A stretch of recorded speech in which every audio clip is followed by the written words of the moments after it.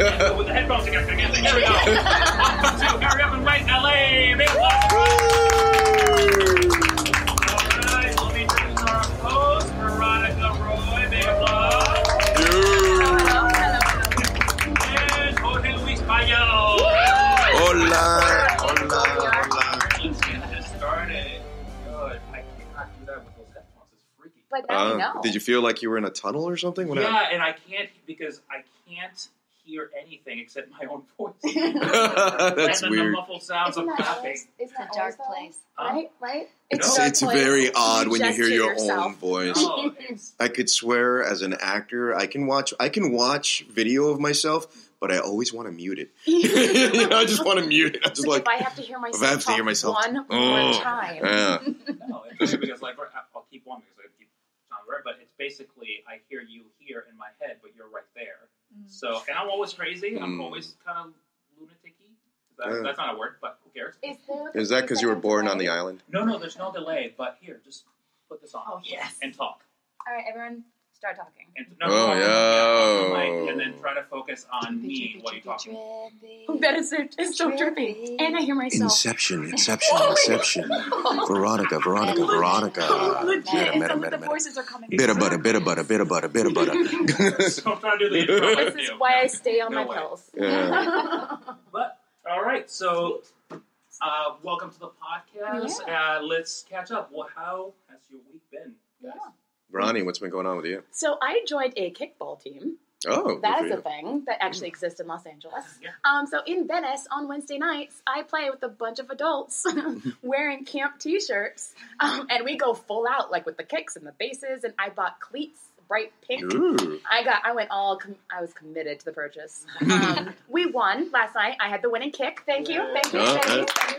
Bravo. We weren't there, so. I have seen no proof of this. We but lost the first two games, and we won last night. So I get to be. Last night was not Wednesday. See, I'm stuck on Thursday. So kickball, and then month of March is filled with a lot of awesome projects coming up. We're going to be doing test shoots for some projects, finished writing some scripts.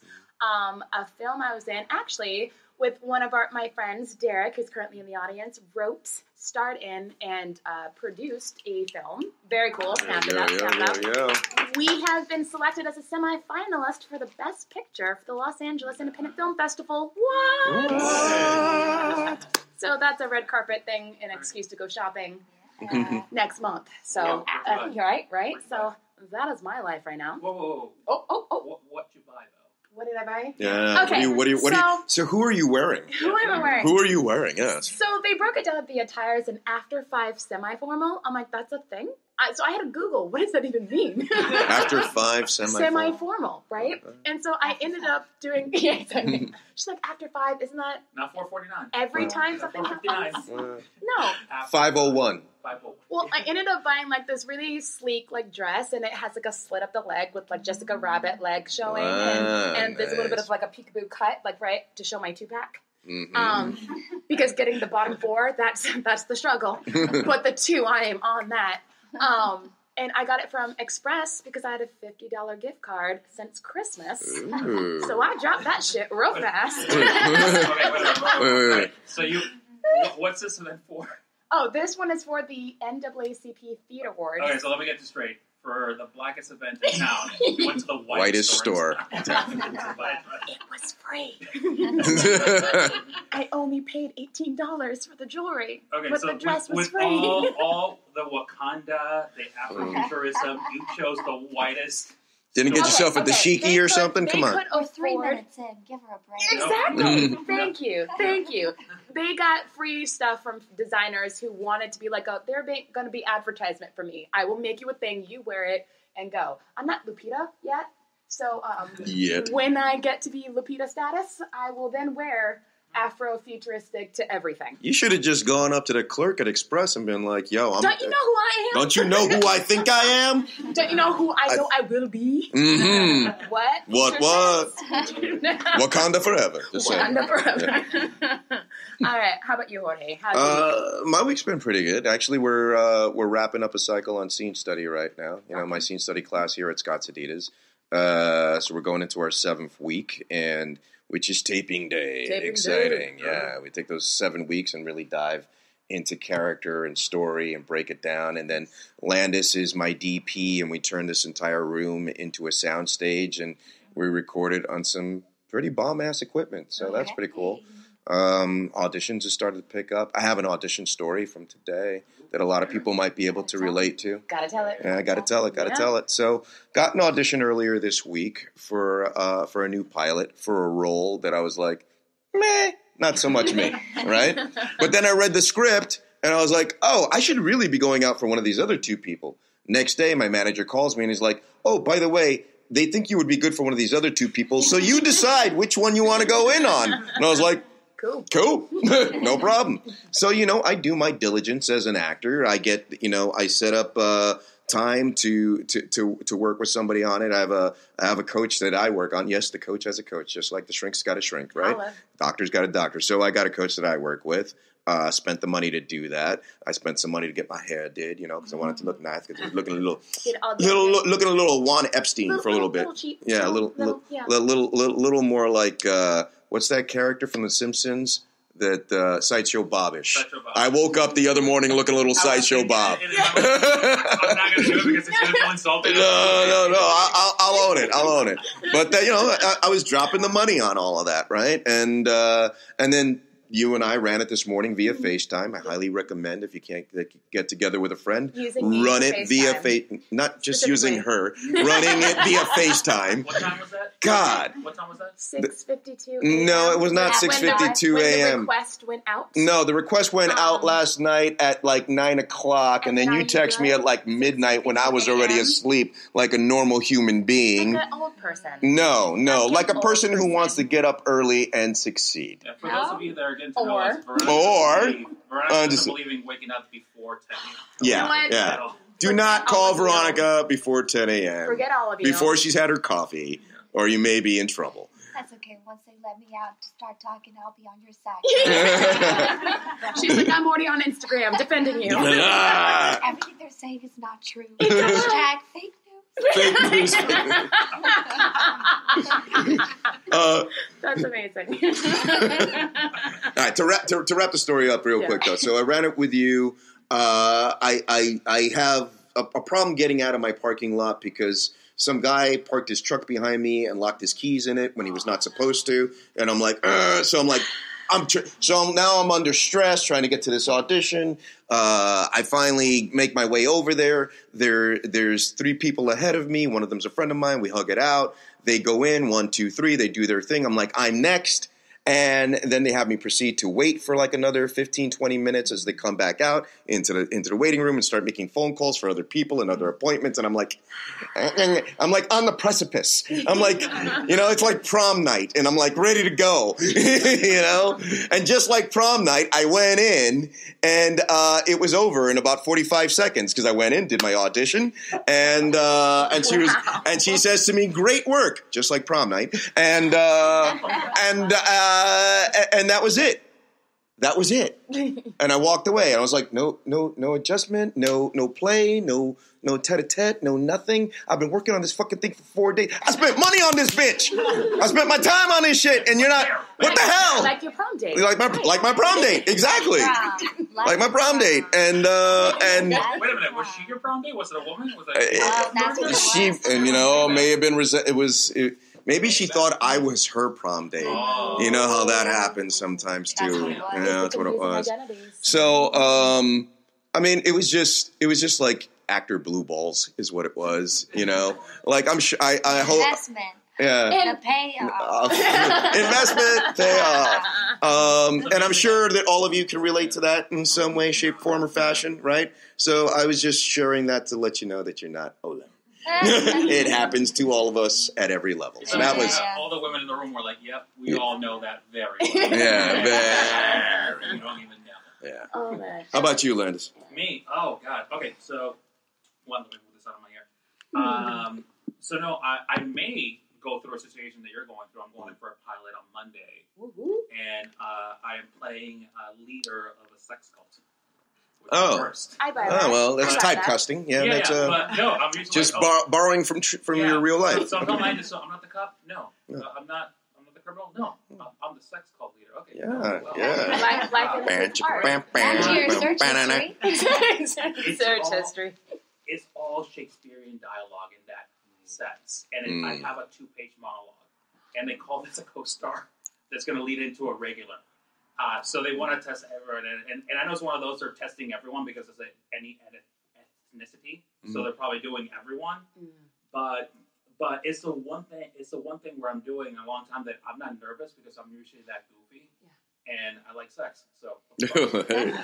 But who doesn't? And I may have ran a cult before. Yeah, no, but it's like I'm reading. It's really well, and it's a major network show. I can't say it, but reading it, I got a little turned on because it's so well written. Yeah, you did. And this is the opening of the show where I'm in this group and this major thing is going on, and I'm talking over it. So I just want to get this role because I've never shot a scene like that where I want to be there, where I'm the guy on top of this sexual thing going on. And I'm like, this is not going to go on this network. This can't go on this network. Are we talking Eyes Wide Shut kind of naked or Skinamax kind of naked? No. But no, I doubt this network's going to do it. But it's a fascinating story where very few people know that NASA was created by a bunch of nuts. So this is a true story. One of the guys who basically created NASA and the rocket labs in Pasadena, which basically they're like, oh, we're doing physics. We invented all this thing. And then we go home and we're part of a sex cult, magic cult, because that's what we believe. And then we go back to NASA and these are the guys who created our space program. And I've read his book. That explains a lot why the rockets are shaped like they are. Pretty much. Yeah. Pretty much. Pretty phallic. But I've read this guy's book, and it's fascinating because basically this is the father of our space program that went every night to his mansion in Pasadena and did this sex ritual every night on a daily basis. And then went back to like, okay, let's do math. Everyone needs a release. Hey. Well, I mean, it's like if you're looking at the spectrum and if it, as light as it goes, as dark as it goes, it's like, if you're going to do physics, then you really need to be a sex cult. Wait. Wasn't the guy who created Wonder Woman? Wasn't he a scientist also? Yeah, no. He was. There's a really good movie. Everyone should watch it. He was a polygamist. Polygamist, yeah. But what he was like? Was he a psychiatrist or? He was a psychiatrist. He was a shrink. He did him and his wife, mostly his wife. I read way too much. If you get to know me, I read way too much, and someone's going to shoot me in the head one day. So him and his wife, mainly his wife did all the work, but it was because it was the 1940s. She never got the credit. Never got the credit. And then and then one of their students, they both fell in love with her. So they actually had a legitimate good relationship. They had children together, all three, but they had to hide it because basically they could have been arrested or killed. But great movie, fascinating story. Everyone should read it. It's Professor Stillman and the Wonder Woman. Yeah, that's the movie in the book itself. But yeah, these two women were brilliant, and he had to submit their papers. His wife Harvard would never give her PhD because she was a woman. The greatest generation, ladies and gentlemen. Exactly. He invented the polygraph machine. Oh, well, she did, and then and then he took the credit. Yeah, well, he took the credit. But that's been my week, and then I got back from Boston from the cold, and then I've been losing friends on Facebook because I've been getting really political. But screw them, go away. Let's grow up, people. We need to grow up. Anyways, that's been my week. And then my daughter's birthday's this weekend, so I'm happy. She turns 2, and that party's going to kill me. Don't ever have kids. Don't ever throw kids' parties. That's my advice to everyone. Thank you for that advice. Daughter. I thought you said dog. I'm like, hey. That's committed. No, that's I know many people who throw parties for their that's my wife, and it's going to lead to our divorce. But how about we introduce our guest? You've been hearing her voice in the background. All right, so this is a friend of Veronica's, a treat for us, Miss Alyson Stoner. Gosh, just to list off a few credits. Let's see. Cheaper by the Dozen 2, Step Up, Phineas and Ferb, I'm totally going to geek out with you on the Young Justice Batgirl. Oh, yeah. What's up with the season 3? Season 3. I can't say anything. Oh! Can you give me a release date at least? I already got in trouble once. Oh. Can I tell you though, I tweeted like a mofo about bringing that show back. I was so upset when they took it off. I was one of those nerds. Yeah. I was one of those nerds that tweeted like crazy. It's a good show. I don't think you'll be disappointed. Oh, yeah, cool. I'm excited. I totally got into Young Justice, and I watched the first 2 seasons, and I was like, wait, that's it? They left it in such a way. Yeah. No way, you can't just stop. 2 years later, season 3. Yes! I don't even care. They're cartoons, so they don't age. Has it been announced? Is that what are you pulling from? Oh no, I remember. No, it was like last year when who was the creator? He I have no idea. But they were talking about bringing the show back on Netflix. Yeah. There was a whole campaign to bring the show out on Netflix, and they were like, keep watching it, keep tweeting it. I went back to being a 13-year-old boy, just like, this is my favorite cartoon. Please bring it back. Copy Hello? and paste. Yeah, right. Auto Copy paste. Send it once a week. I will say, working on that show, I wasn't familiar with the superhero universes, and that is a complex mother. Yes. Yes. All of the storylines that they're pulling from are just these intricately woven, multiverse storylines, and I play the voice of Batgirl. And that's an honor in itself. Yeah. But ironically, so I play opposite Jesse McCartney, and he and I have played boyfriend and girlfriend or romantic interest or partners in like 6 different voiceover gigs. Wow. So I have no idea what it is about like the resonance of our voices that match well, or maybe, I don't know, the same people are casting somewhere, but he and I, we've done it all. Yeah. That's dope. We've done it all with our voices. And not Audio with chemistry. These voices need to bone. I feel like they should be together romantically. These voices should be left alone in a nice dimly lit room with perhaps some Sam Smith playing in the background. Very low. Very low. All Very right. low. Yeah, voiceover's been really fun. It's been the unexpected side gig that helps pay rent. You know what I mean? Yeah. That and loop groups. Yeah, loop groups. That's okay. I'll be in the background of your movie any day. Thank you. What has been like the craziest thing you've done in loop group? Like the phrase that you said that they kept. Oh wow. Well, so I did the Justin Bieber Never Say Never movie, and I am all of the Screaming Girls. Oh, all of them. So you by yourself are all of the Screaming Girls. There were a group of maybe 10 to 15 of us at different ages. But I know I think I'm a 3-year-old in there, and I don't have the top part of my register. I'm like talking to my mom. I really can't do it right now. It's okay. Wow. And I just talk about how much I love Justin Bieber. And I didn't know any of this music prior to that session, so I had to listen top to bottom and learn the lyrics because I'm a vocalist as well. So they're like, we need some singers who sound on pitch enough that when you hear their voices in the film, you're not like, oh, gnarly, oh. He was on top board. Yeah. So that was fun. So I'm also a Dakota Fanning's singing voice in I Am Sam. Oh. But I think the scene got cut, and it's just like a little lullaby. But I auditioned for her role. Oh. So, it was like that strange, like, thank you. I think you're using my talent for her face. It's okay. I don't have any body image issues at all. No insecurities whatsoever at 8 years old. I'm not bitter about that. Cut too. So let's go. 8 years old. 8 years old. So how young were you? We all know you from the music video for Missy Elliott. How young were you?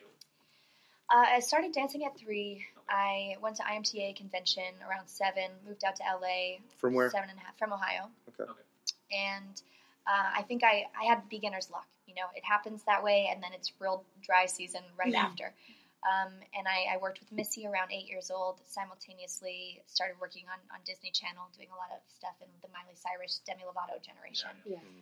Camp Rock, Sweet Life. And then soon after that, the director of Cheaper by the Dozen saw my attitude in the Missy Elliott video.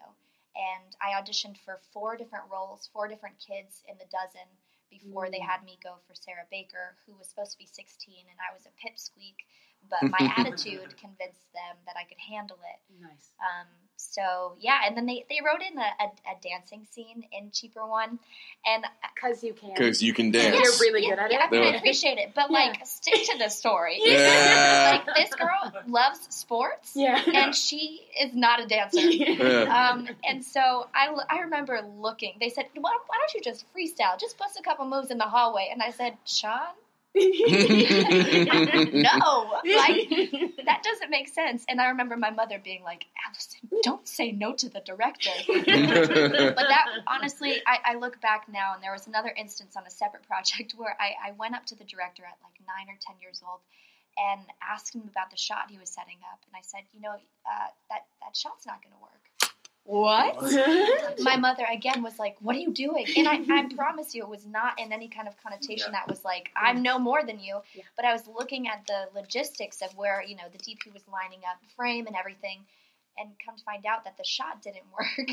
And Kevin looked at me and was like, interesting. So now looking back, I'm seeing, okay, that makes sense why, as my career has evolved and, you stop booking things and it's dry seasons, I had these other interests in directing and editing and figuring things out for myself that are now carrying my career forward. Because God knows the audition room is not my best friend. No. I never booked anything in the audition room. No. I mean, it was always like from one project to the next. And not just a relationship thing. I'm really introverted outside of work. I'm trying to break that habit to help my career.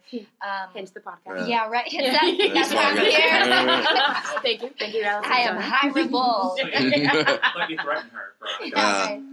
Landis, we talked about this. You're not supposed to say that in public. Right. Do you want her to come back? You do have to stop threatening the guest, though. Fine, get your own guest. I'm just saying. Moving on. Anyway, two questions.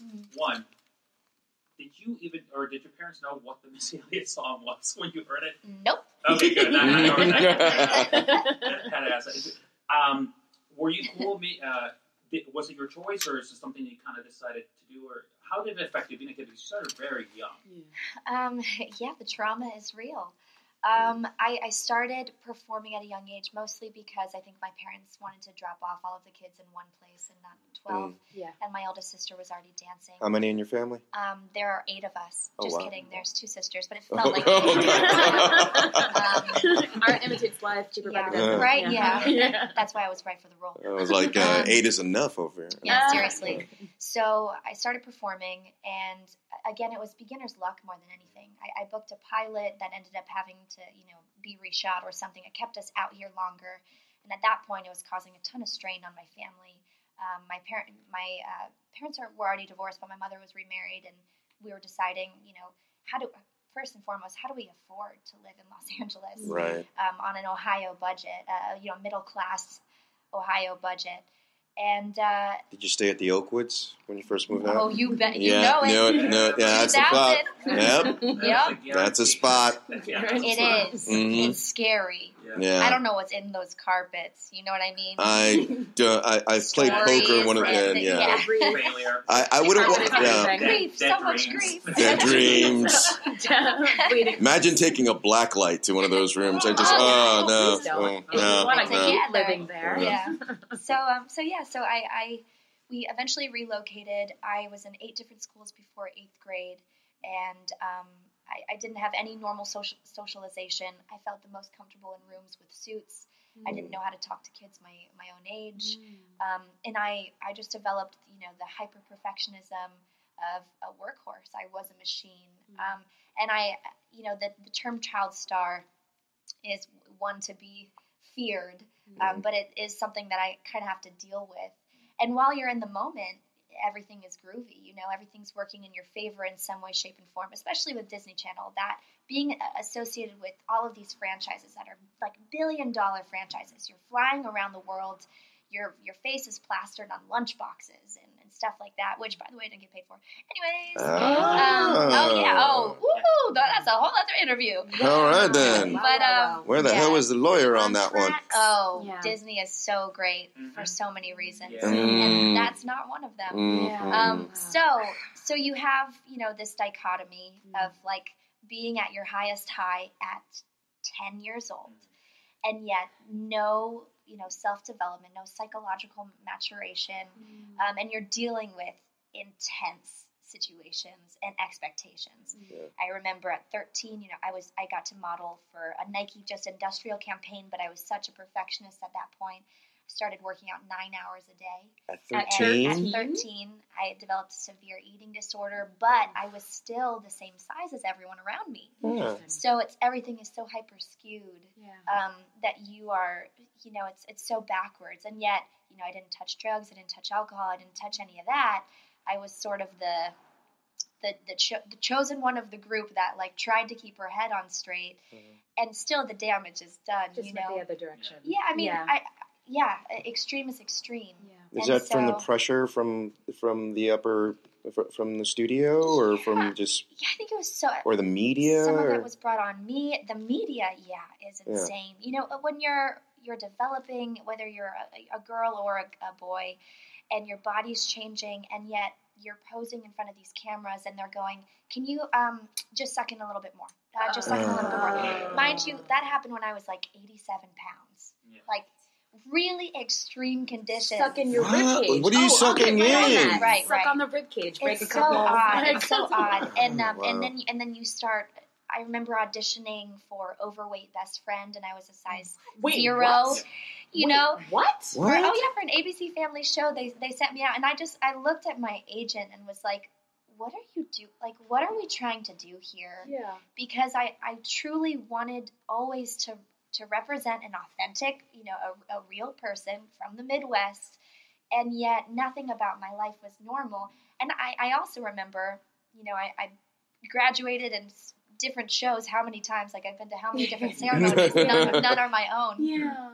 And I just thought, how many times can I graduate before I really have to get some real life experience? Yeah. So you have all this success at a young age, and I wouldn't necessarily wish it on anyone. And for the record, for those who come out here later and they're going, "Man, if only I started earlier," none of that transfers over. None of that helps me in the next audition room these days as an adult. Some might think it does, but I'm hustling more than anyone I know, and it shows. And I'm creating all of my own content. I'm playing the smartest angles at the games that I can learn and educate myself, in doing. And how do you go about educating yourself with all this? Have you gone back to school to study directing and editing and all that, or are you just the shortcut learning this to on your that is masterclass. Y'all are familiar with masterclass, Yeah. right? Okay, I've done Aaron Sorkin, Steve Martin's, Usher's performance, Christina Aguilera's. You work with Steve. You did work. You did but work he's not on speed dial. So you can't call him up right now and be like, "Yo, Steve." No, I want you to text him an emoji right now. Remember me? Let's not skip over that. Whatever. Okay. Did you even know who he was when you did the movie? Oh, yeah. I didn't until I was told that you're working with a legend. Hey, BT Dubs. Yeah, right. Legend. And he was really quiet on set. Very focused. And I think this was his 70th film, something like that. He's been working forever. So who knows if he even knew any of our names, but he sure made it feel like he did. And he was super prepared. Every scene he had his options, and that's I think the best. Learning by osmosis. Bonnie Hunt played my mother, and I have just kind of rekindled that relationship recently. And she is, to this day, one of the most impressive human beings. Her process and her relationships with people. On her free time, she's a nurse, too. She was a nurse in Chicago for about 20 years. Really? And so, before she got into the industry. So she takes care of patients who can't afford to pay all of it. She's just a freaking angel. Hashtag Bonnie Hunt. Hashtag we love Bonnie Hunt now. Yeah. Okay. So love nurses. I'm here to toot all of their horns. They really were professionals, and they were great at what they did. But moving on to the masterclass, I want to backtrack on that. He offers so much on his philosophy and it's so much more than just comedic rules and timing and pacing. He's talking about brand. He's talking about separating yourself from the masses. He's exploring his point of view. Same with Usher's performance. If anyone is a triple threat or they have multiple talents, Oh yeah, he's that's getting me. into these. He's getting into these, kind of Tony Robbins-esque motivational bits that really encapsulate the mentality of the winner. The person who is here to see her or his vision to fruition, no matter what it takes. And I think just, if anything else, if I can share anything else from the Masterclass series, it also humanizes all of them in such a helpful way for me, because I look at everyone else and I go, you've got it, like you figured this out. And to hear how human they are, not just the struggles. Like sometimes I'm like, y'all, I know you struggled, but also like, you had Jimmy Iovine in your back pocket. And that was not a bad connect. But you're driving a Tesla now, yeah, so right. shut up. I'm like, the struggle ain't real until it's real. But yeah, just hearing the humanity of all of them is just helpful. So if you were to say like top 3 favorite masterclasses, Steve Martin would fall into one. Then what would the other 2 be? For sure, Usher. I want to take Ron Howard's on directing. It's a really good one. Is it? Yeah, I paid for the year. It's like the year. 19. Yeah, The best value. Yeah. It's $180 for all access to all lifetime pass to all of. We're talking Gordon Ramsay cooking, Annie Leibovitz photography. Because I got the Shonda Rhimes one, but that cost me $99, and that was like for the one. That cost me $99 for one. They get you the 180 for the year. You get them all. No, you get them all. Like I mostly work as a writer in writers' room, and the Aaron Sorkin one was eye-opening. Kind of dry, but it's eye-opening. Yeah, but it's eye-opening to me because I'm like, oh, this guy goes through the same stuff that I do. Because you get it in your mind that, oh, they're a genius. They do this. And I'm like, no. Watching this video, it's like, oh, so you go through the same process. When you go through days in the writer's room, we're like, okay, we got one plot line. Let's go home. We got nothing else. Nothing else. Did you hear the Quincy Jones interview or read it? Yeah. Oh, wait. It's been being shared everywhere. I got it early and sent it to everyone because he's just spilling juice on everyone. Oh yeah. Richard Pryor and Marlon Brando. But the best part is he starts with Michael being a plagiarist. He's talking about Michael Jackson's plagiarism, and that was the best thing I could ever read. Because I have it in my head that MJ has these melodies in his head that no one else, he's experiencing other dimensions and realities. And really all he's doing is listening to Donna Summers and tweaking that thing and making it a little more percussive. But and that's usually how most creative things, like we all have this illusion that originality is like something magical that comes into our head and all these geniuses. Again, writer's room and mostly stand-up, and that's where I came up. It's all the comedians I work with would idolize somebody else. And none of us realize that we're doing the same thing. We're breaking the same structure. We're doing the same thing that genius that we call genius is doing. And we're getting the same laughs, but still it's this humanity thing that we're like, oh no, Bach was the best person in the world. No, he probably heard somebody else play the violin and just elevated that. It's just like the story of the Lion King is Hamlet. Yeah, exactly. Yeah, wow, hey. Well, look at what our current pilot season is. It's a lot of reboots of old material. Yeah, it is. Original TV shows. All these original, all these 80s TV shows are coming back right now. The Weapon is kicking ass right now. They're still going. But I will say this, and Landis, you'll appreciate it. We're getting a Latino Magnum PI. There you go. Jay Hernandez. Okay. Just saying. Just saying. Progress. Yeah, progress. Right. I mean, it's not me, but it's somebody at least. But it's happening. Let's be honest. Let's be honest. The audience was like, this mofo didn't come from Hawaii with his New York accent. No, get this guy on it. What you talking about? I could totally be Magnum PI from Hawaii. What's up? Hey, bada bing, bada boom. But no, I can't imagine because I can't imagine like growing up in this industry, especially. Because guys, we grow up and we go through puberty, but we kind of keep the same body. But as girls and then go into womanhood, you can go normally or you can flip normally. You can be the skinniest person and now you have curves. And then suddenly somebody's telling you that, oh no, you're fat because you have curves.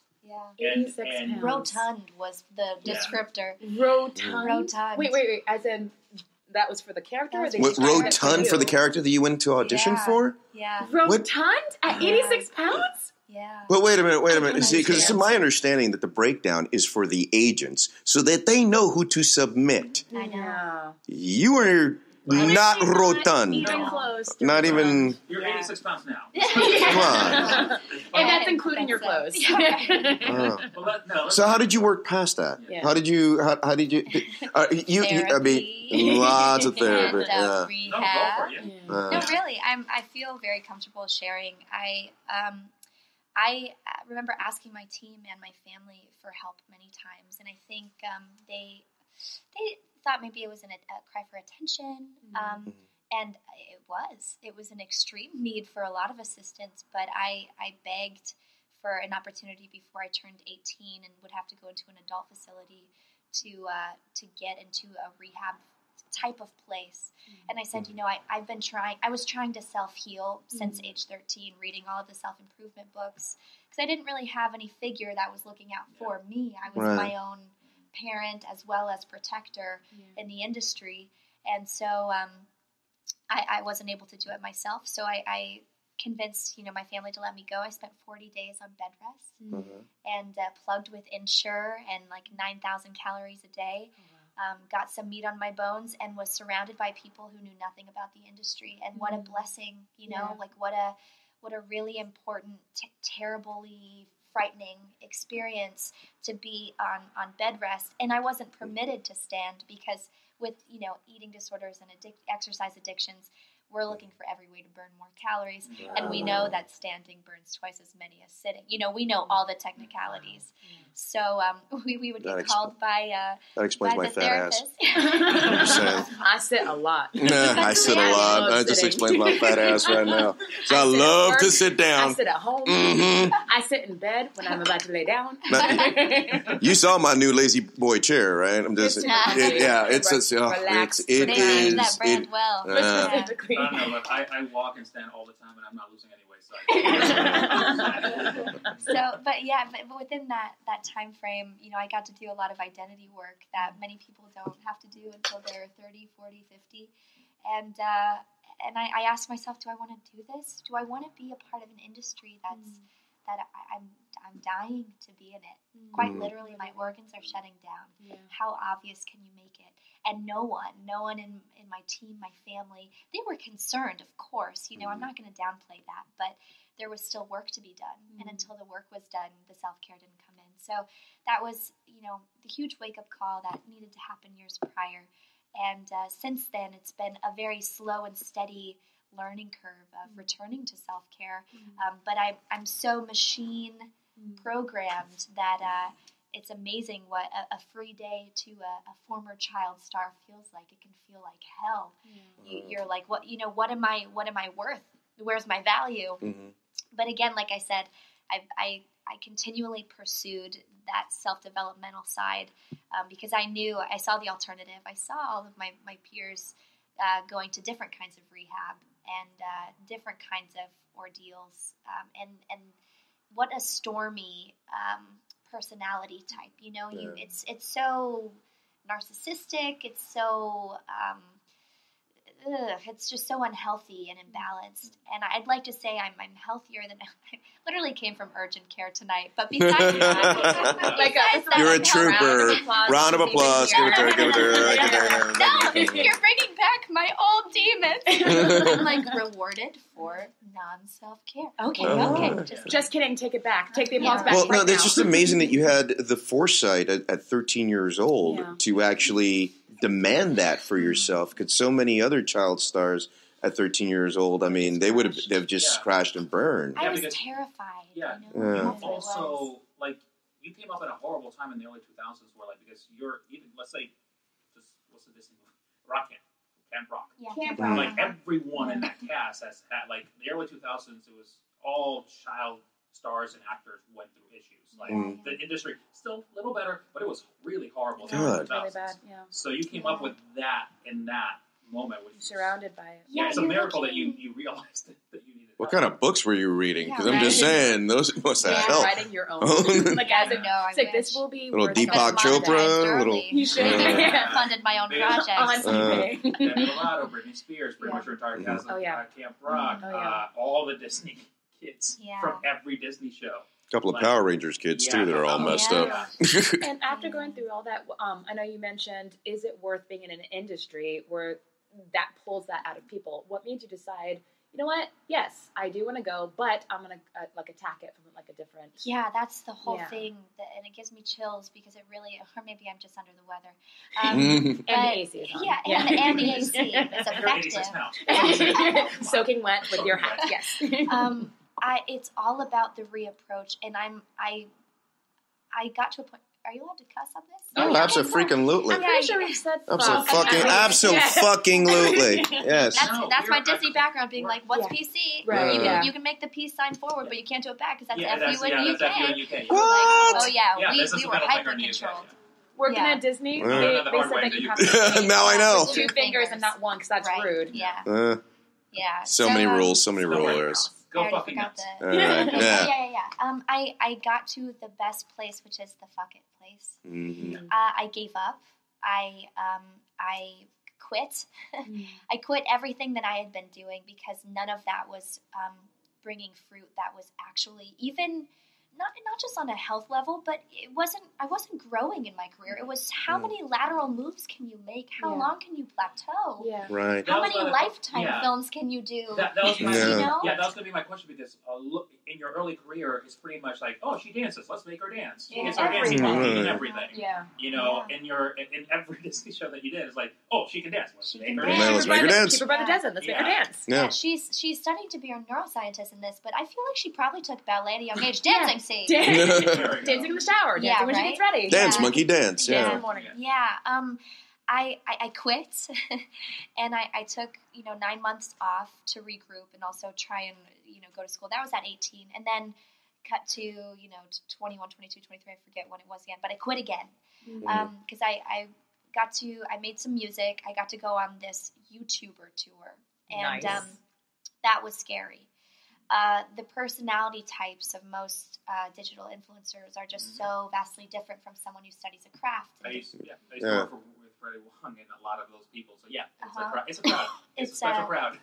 Yeah, and there are some really incredibly talented people, and I want to get into that too because I've got a theory and I've got this new drive of how we can win. Yeah. And so I quit again after that tour because I had, the longest resume out of it, and none of these other girls, and I say this candidly, I think we all agreed, none of these other girls had any particular craft. They were known for just posting photos of themselves. Mm-hmm. So now they're on tour and they're headlining. I was supposed to play my music. I became their opener. We're doing meet and greets. None of the kids know any of my work or anything that I've done. Wait, you opened for people who took selfies? Yeah. What was their act?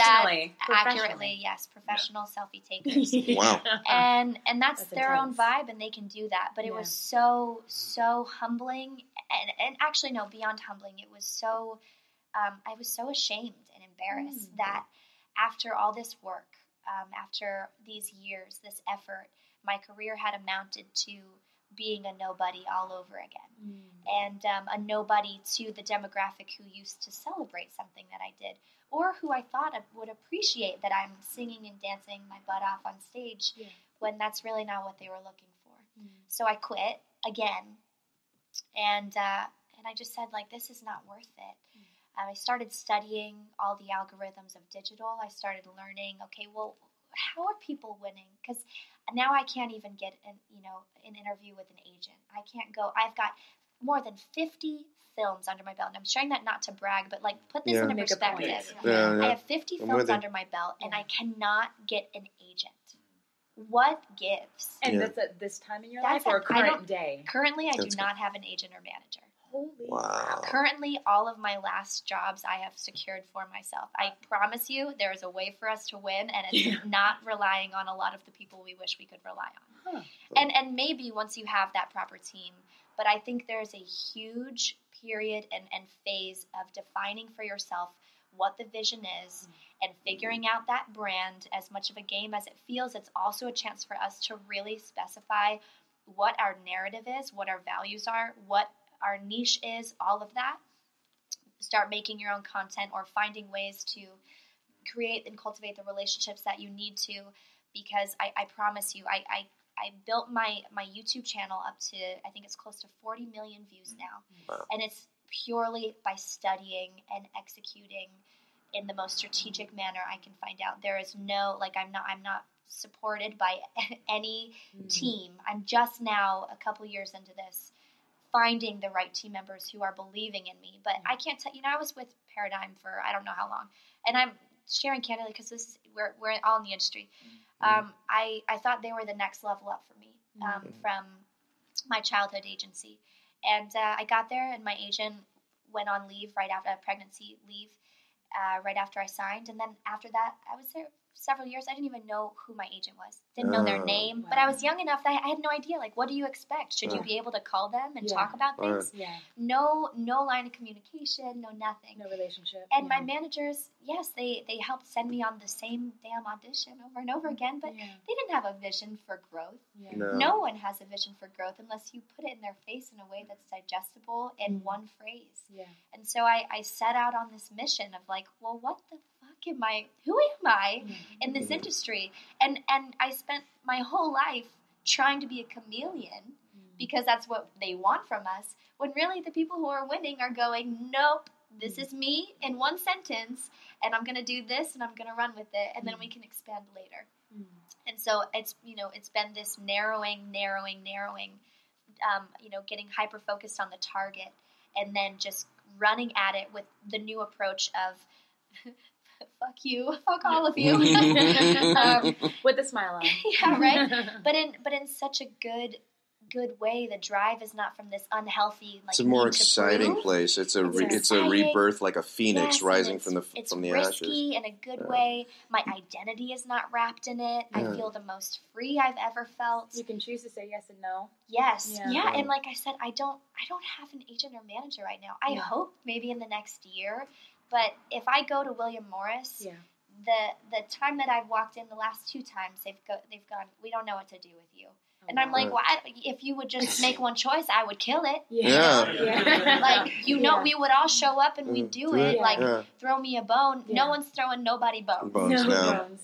I'm collecting all of my own bones and throwing them and following after them.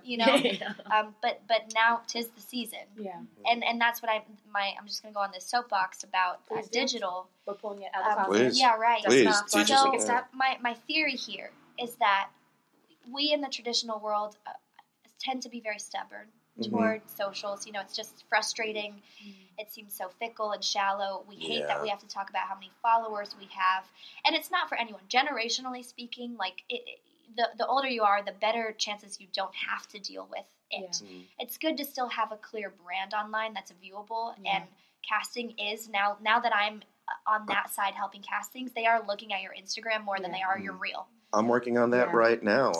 I'm trying to build the followers and creating the brand because it's never been. I'm old school from. Do you have a website for this? I have a whole little packet.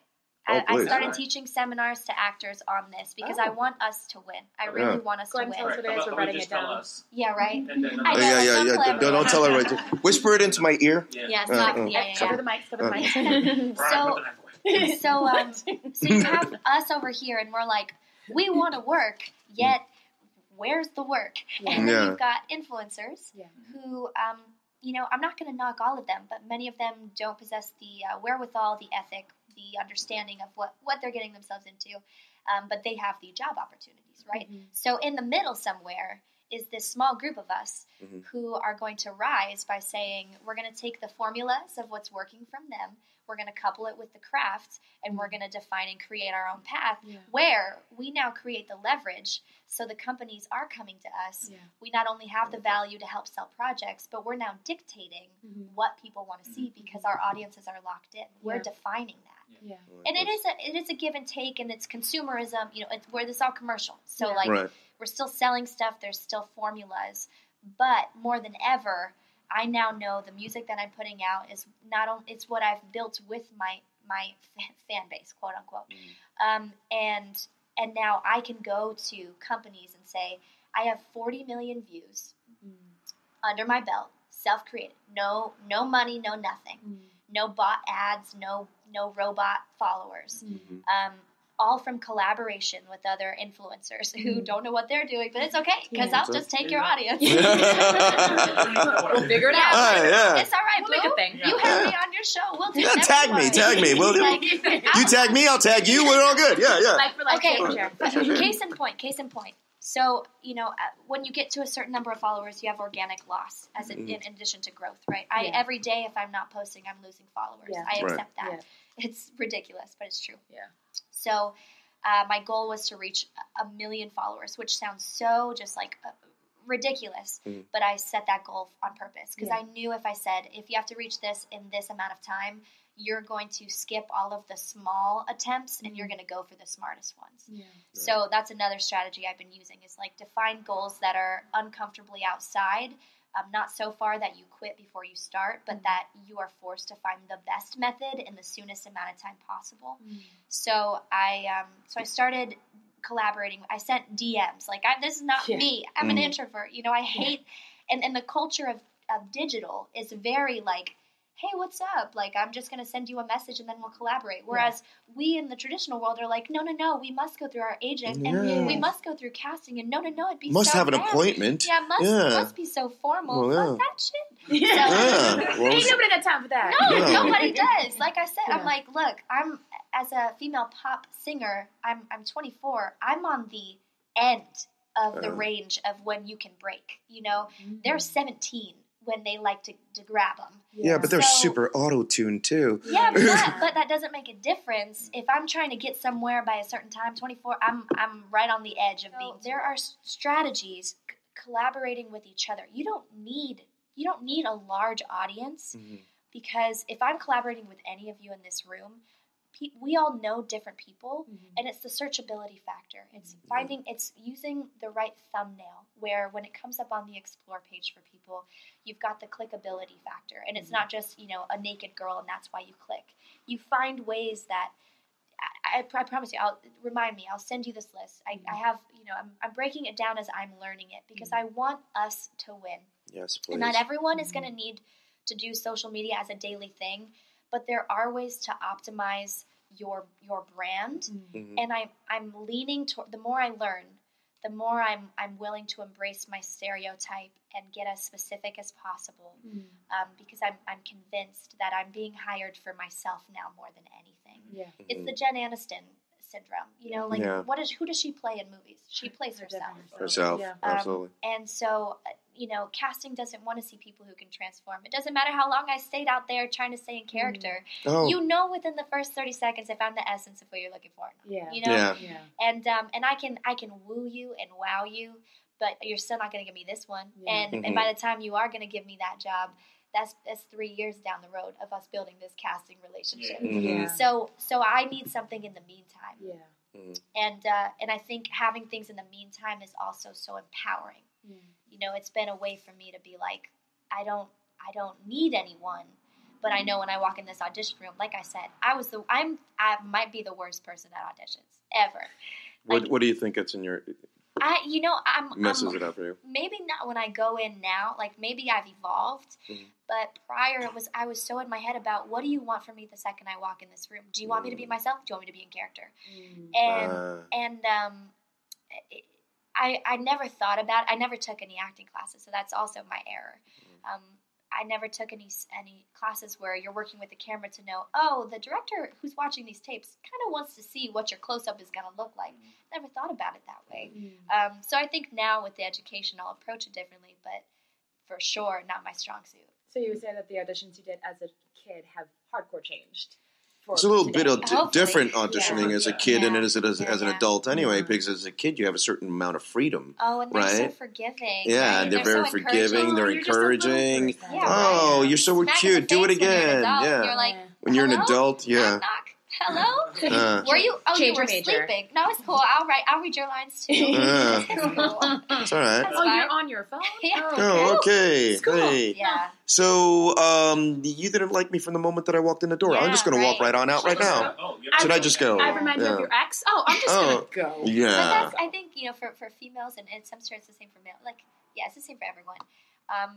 When I get sent out to be sexy, and I'm spending 2 hours just to get everything pushed up the right way and my hair done the right way. Let me correct you. No, it's not the same for you guys go through a But like we show up, but and all of us look the same. Yeah. And I'm like, this is boring. Yeah. This is awful. Yeah, a guy sexy is basically like from here up. I gotta look good. The rest is covered by clothes. Yeah, right. So we can cheat a lot. But, I disagree with that. I don't know.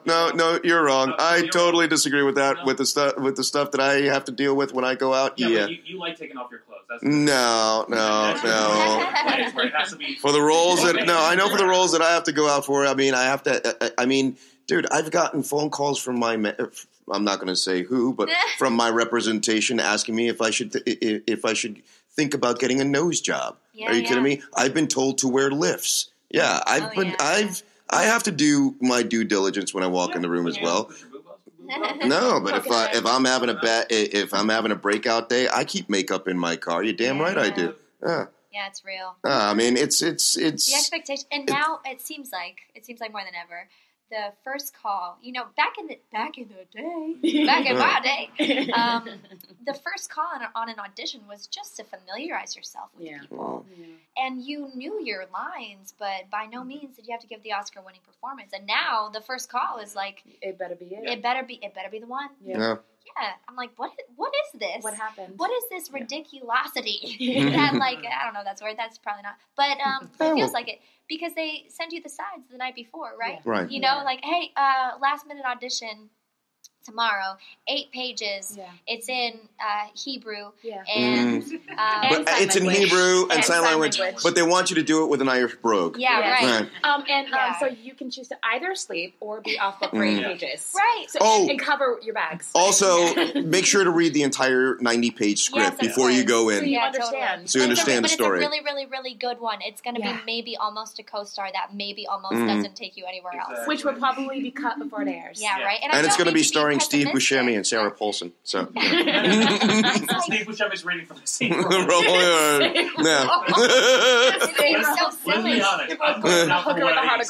Yeah, I'm going out for one of these, and I kind of know the casting director, and I'm looking at the list. I'm like, a lot of big names are going out for this co-star that potentially can lead to a regular. Mm-hmm. Like, that's the competition, right now. Well, that's also, nowadays, it's not just nowadays, they've been doing this for years, where they already have an offer out to someone else. Yeah. They already have an offer out to somebody else, but you know what? They're going to call you in order to entice that other person's got the offer, to make them come down on their quote. I was in the same agency as Dakota Fanning. So... Let me tell you. Do we need to Tanya Harding her? No. I'm just saying. So I'm sitting in the audition room for Winged Creatures, and it's like a really, really emotional role. And I hear the casting on the phone pick up and go, "Oh, hey," to my agent on behalf of Dakota. So what does Dakota think about it? Does she like it? Does she? Okay, well, we'll go out for coffee. We'll da-da-da-da-da. Basically, she already had the role that I was going in for, and I'm sitting there in the room, and I'm listening to my agent advocate for someone else, and I'm like, what gives, how, so I think, and it's not to disempower all of us with, I don't want to be pessimistic, but it's for the opposite point that we need to empower ourselves in every way, shape, and form, that we can get and we can do, because the industry is not really designed to cater to the no-names. Well, and care for us. It's very insensitive, and we're vulnerable. We're a product, and we have to make money. And unless you're making a certain amount of money, you don't have that power of hey, I want to do this. But I do see the change that we do have way more control. We're living in a time where we never had the option to create our own content and legitimately make a living. Yes. Well, because it's technology has gotten a lot more available to us now. I mean, and we could. Twitter is doing their own content mandate for long form. Yeah, but you could shoot a movie on your iPhone X and submit it to film festivals. And win awards. Yeah. But also, and I know her. She's not a good friend, but her friend is a really good friend of mine. I thought you were saying she's not a good friend. No, she's not a good friend. That's how I translate. Did you think he was talking about you? No. Oh, okay. No, Danielle McDonald, she did patty cakes. Patty cakes. So I've known I've known of her from where she was just, like a heavyset girl getting mock roles, but then eventually she did her own thing and got this film, and now hearing her speak, it's like she's beating out all these skinny, pretty people for roles because the director's like, no, I want her. Yep. Nice. So it is a small, but it's we're starting to see a wave of like, and it really falls on us also consumers that let's not pay for stuff that really will hurt us in the future. Right. Also, like Black Panther proved it. God, so good, Wakanda forever. Yeah, Black Panther. 235 mil. Yeah, and 400 something more live, right? Yeah. I've been in 10 pitching shows in my career, and Black Panther is like the big no of Hollywood. Like this can never happen because no one will pay for this ever. And on top of that, 80% of the cast who's there is Black women, which in the totem pole they're the lowest in our industry. Or Latina, Yeah. Well, Latina's come a little better. Right. Black female. They're having a moment. It shouldn't be a moment. It should be a norm. But this film and other films also that we're not talking about because they're indies are kind of proving and breaking like, we want to watch what we want to watch. So I'm really optimistic about the future right now. Will it continue? I hope so. Well, the audiences will make or break everything. I mean, it's the same way that social media and politics and everything can just we can get rid of a person in a second, whether they deserve it or not, But if you can make people want you to win, and if you can be great and you can make something that's great yourself, I really am convinced, the lanes will open. And like I said, it just gives you leverage that you never had before.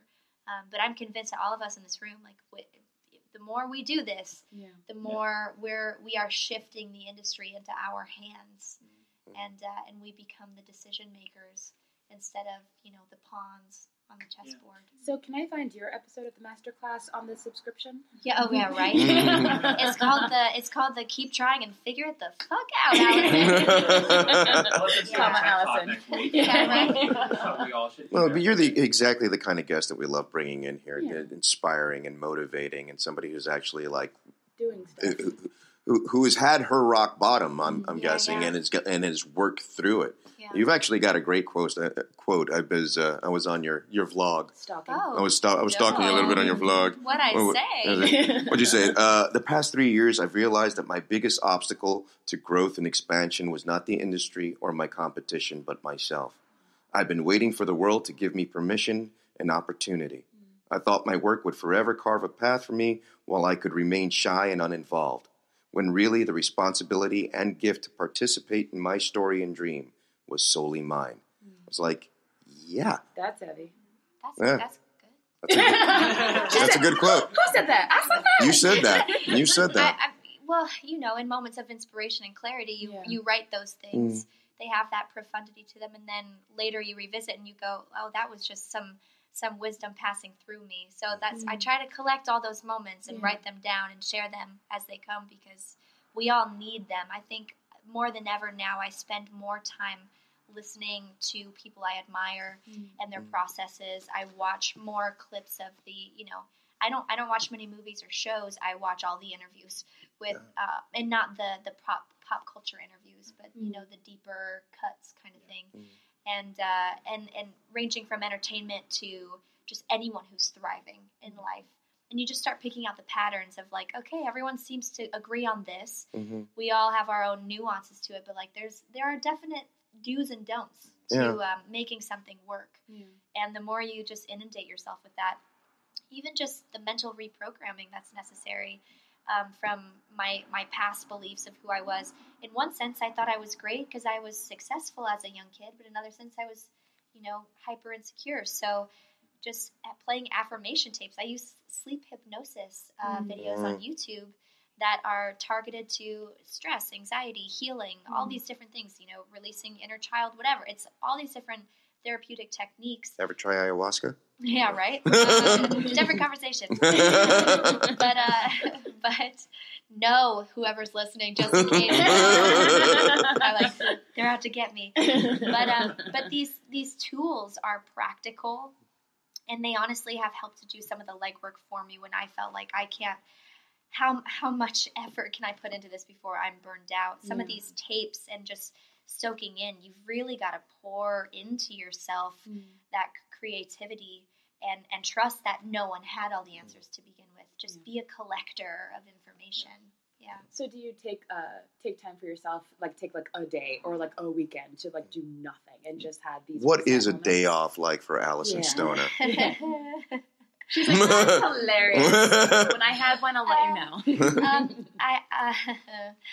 A day off for me is not really a day off, but I've learned how to breathe within days. I'm not at a place yet where I can just hang out. And so my time off is baked into the day, and it's more about self-regulation than anything. If I come out of a really intense meeting, I build in. I used to, do meeting, and now I build in an hour between or 30 minutes between, not just to drive there in traffic, but when I know I'm going to be in traffic and I'm even more stressed out, I can land and check in. Get some hot cocoa. Yeah, something small and tangible, visceral, and self-regulate, so that at the end of the day, I'm not, I feel like I used to just go, and then the end of the day, you're toast. Yeah. Whereas now, I'm able to stay in a more resilient zone, and I try to alternate between what parts of my brain are being called upon throughout the day.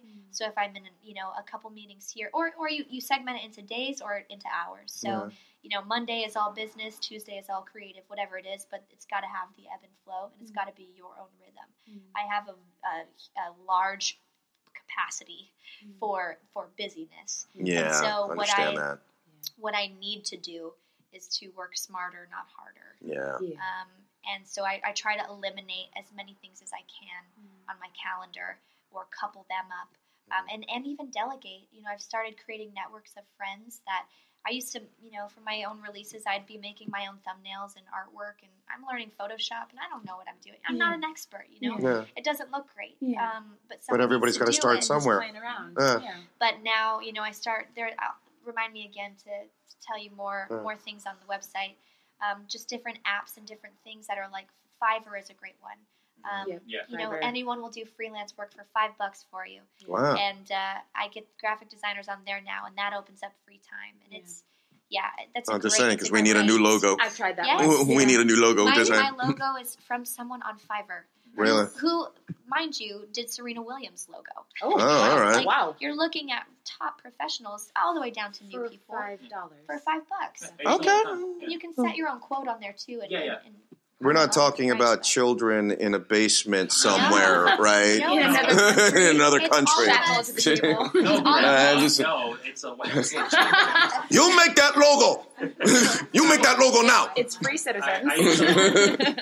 And to get into the writer's room, especially like all the writers we have to do the fellowships. It's part of it, which is BS because you apply, and then if you have a bigger agent, basically they call the fellowship themselves to like get my people in. Yeah. So, but I use them a lot for essays. I suck at essays. So at least they give me a basis because you have to write about yourself, which I hate doing. Oh, that's the worst, writing your own biography. Yeah, so it's a good, no, you're right. It's a great tool. Some are $5. The really good ones with good ratings are a little bit more expensive, but they do everything. Another great tool too, like writing bios, different things like that, is look at the people you admire or who are in your lane and read their bios and insert your name and see how much you can pull from. I kid you not, like, because branding is, it's like. It's about being as direct as you can, right? And so, like, you're looking for the buzzwords, the keywords, like, is she, the jolly, stereotypical jolly overweight actress? Is she this stereotypical blah, blah, blah, blah, blah? And I started reading their bios because I'm like, look, I trust them to have hired professionals, and I can't afford one. So you just start pulling and accessing those keywords and being like, okay, what fits, what doesn't. Open at the source if you need to, but sometimes you just got to keep it as clean as they did. Nothing new under the sun. Yeah. Elvis Presley, Michael Jackson. Yeah. So let's segue to your future. So are you focusing on music right now, mostly? I am. I released a song on Valentine's Day, which is my Woman. So I released that a couple years ago. This one was a remake of a Janet Jackson song. She's my number one inspiration. Again, branding. I'm looking at who I represent, who represents the kind of entertainment and music Janet is one of I was them. going to say, you're rocking the Janet Jackson look right now. Yeah. Oh, thanks. From you know. Something Nation. I'm like, this Miss is supposed Stoner, to if you're nasty. Give me I some don't flash. I'm like, You're the worst black person in history. Oh my God. I know the music video. Are you? The song. I just blanked on the title. It happened. Somebody needs to take away your black card.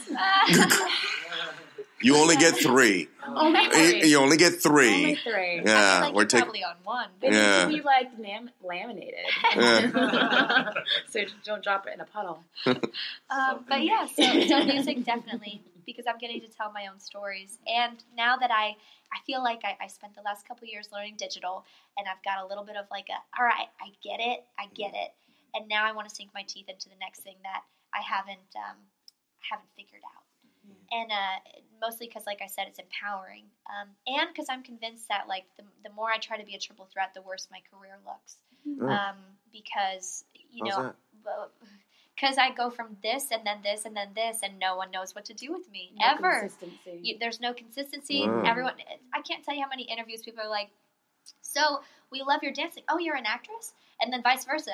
Acting, so when did you start dancing? And I'm like, just 20 It's so weird when you think about like back in the day, and you look at somebody like Rita Moreno, who's a triple threat. It's celebrated for it. Yeah. And it's possible, but you've got to cut through first. Yeah. So I'm choosing to cut through in music because as I'm trying to be as honest about my self-assessment as possible. I think there are so many actresses who can do me better. Musician-wise, I've yet to see an entertainer in this generation who can dance as well as they can sing. Female, like a female Justin Timberlake. So I'm going to dive there as long as I can. Yeah. And still, probably on the backside, be working on acting things if they present themselves, or by present, I mean I'm writing them. But, that's just what I believe this next season is for me holistically. It feels like the right way to go. What about behind the scenes as well, directing more of your own videos? Yeah, I direct them all, and I'm now expanding and bringing other people in to help with these particular videos. But it's because I know how to play all roles now that I know how to interview people. I know how to select them. Do you have interest in directing other people's videos as well? Not yet, because I have spent so long trying to be, whatever someone else wants me to be, and then the next season being so nice to everyone else and not prioritizing or valuing what I have to offer, that I really need to give myself the shot. Yeah. I really put the gas mask on yourself first, and not in a conceited way, but I just realized, I was like, do you believe in yourself or not? Yeah. Will you even go to bat for yourself the way you'll, pump up someone else in an interview? Would you speak about yourself the same way? And if not, is it because you're playing that false humility card that we like to play, or is it because your craft isn't there? If that's the case, you better fix your craft. And that's been this last couple of years. It's like, well, if I'm not excellent, then I've got work to do so that I can speak about myself as being excellent in not a braggadocious way, in a very just like confident, calm, here's what I'm setting out to do, and here's how I'm delivering. Ownership. Yeah, ownership. Ownership of who you, But we have to give ourselves that chance to, it's borderline the 2018 mentality of like, I'm just doing me, but it's hopefully not for the sake of self-promotion. It really is like this genuine, do we or do we not have a reason we're doing this? Yeah. And if we believe in it, then give yourself the best shot, and that requires you to be like, all right, I'm choosing at myself for this reason, and this is the goal, and this is the result. I kind of feel like that's going back to like the self-care you were talking about as well, as like not always putting everybody first, and like taking the opportunities to be like, you know what, I am worth it, and this is my baby, my career, my dream. Even I guess maybe this might be really bad advice, so you can debate this, but even how I listened to my representation, I really gave them so much authority. Yeah. And they do have some, and they should have some, and they should be trustworthy enough to offer credible advice. Mm-hmm. But I gave them so much that I think I was hoping that they were doing more work in the off hours on my behalf instead of filling in those blanks for myself, which only ends up allowing me to communicate better to them this is why this is a good move, this is why this isn't. Yeah. And they look at you differently. You're not just, okay, I'm another story, sorry. No, please. No, please. So I went to my first ever acting class about a year ago. And I trained for, a couple months. Didn't last long. But you know what I realized? I went to a very, prominent name, out her. And you've got to go through so many different things before you can even get into their class, right? Yeah. And I'm paying all this money. And in my head, my first thing was, I refuse to be another person who just walks in here and tries to get her approval. I refuse to be that. How can I reposition myself in that way? Yeah. So I looked at what I knew. And I'm like, okay, well, I'm a dancer, but like I could do, I guess, a class for people who need to learn basic movement in their body, but no, not quite. Oh, wait, I'm learning about digital. That's something that could help all of the other people who are in here right now. I approached her and I said, regardless of how I'm doing in your class, I'd like to offer this seminar to you. And in making that choice, like, mind you, all of this is me in the background being like, I don't know what I'm doing, but I just am so tired. I'm so impatient and I'm so upset with where my career is that I need to do something I haven't done before. Yeah. So I pitched that idea to her.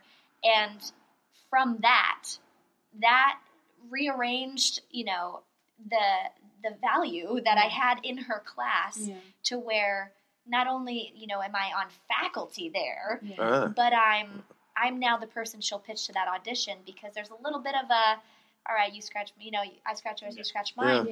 Yeah. And it's thinking different ways. We've got to think differently, and we've got to not be that 1 out of 1 million people walking in this room and going, I hope they like me. I hope I leave an impression. Yeah. Right. And I fucked up my first read in that class. I made a really bad choice. I made a choice, though, and I was proud of myself. Hey. But, man, I made a really bad You're going to fail big. That's what they said. I fail big. And I paid for it the rest of the time I was there because I made myself out to be this, like, really butch person, which I kind of look like now, but it was a scene between... Not with that. Not with roses on a silver sleeve. Okay, all right. No. Thank you. Please stop. But I fucked up miserably, and I was like, as deeply as I fucked up, that means I've got to make up for this even better. Yeah. And that gave me the idea to think differently.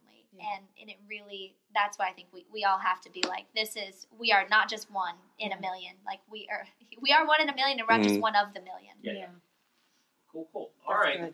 So let's. I wanted to do some icebreakers with. Should we do that now or a Q&A first? Let's do Q&A because these people have been sitting here. Okay. And it's fresh. And it's fresh. That's fresh. All right. And it's fresh. All right, but you got to come up here. One of you. So here you go. I'm gonna flip that. Flipping the microphone. All right. Stand yourselves up. All right. Anyone want to ask a question? Speak a piece. What has a giveaway? Well, yeah, we do have giveaways today for the best questions. We got some Star Wars postcards. Look at that! It's a stormtrooper. It's a stormtrooper. It's the halberd. Whatchamacallit? The halberd lightsaber. Ooh. It's C-3PO, but whatever. I'm not a C-3PO fan. I'm just gonna put that out there on Front Street. Ooh, and look at that, a coin from Thor Ragnarok. No, that's a coin that they gave out at the premiere. Of Thor. You see the money for $2, but no, only. I got a lot of perks from work. We got that in the premiere, and I don't want more junk in my house, so someone can take that. Yeah, this and $5 will get you on the bus. Oh my God! Right. So I was like, we're giving $5? No, I said this and $5 will get you on the bus. By the way, probably more like $6.50 right now. Just gonna throw that out there. So, great. Questions. All right, anyone? Yes. Okay, great. Sarah, perfect. What do you got? She's like, I knew it. I knew that was gonna happen. Come up close to the mic, please, so we can hear you. In her Lois Lane trench coat. Yeah, foxy, right? Hey. Red boots too. Oh, goddamn. Yeah, she seems a little taller today than usual. Hi, Sarah. How are you? Okay. I'm really shy, but Alyson Stoner is it true that you're a stoner? And I'm sure she's never heard heard that that. before, Can I ever. have that coin?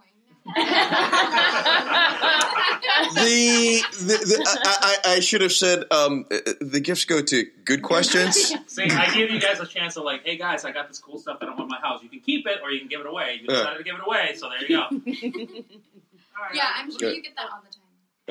Oh, Here we go. Here's a guy. Here's a guy. All right, okay. Let's break the ice, y'all. I'm not going to ask you a question. I'm just going to reiterate what you believe in. And let me tell you this. Janet Jackson is amazing. And I didn't appreciate this until about 5 years ago. You know, Janet Jackson, pop icon from the 80s. I'm a kid of the 80s.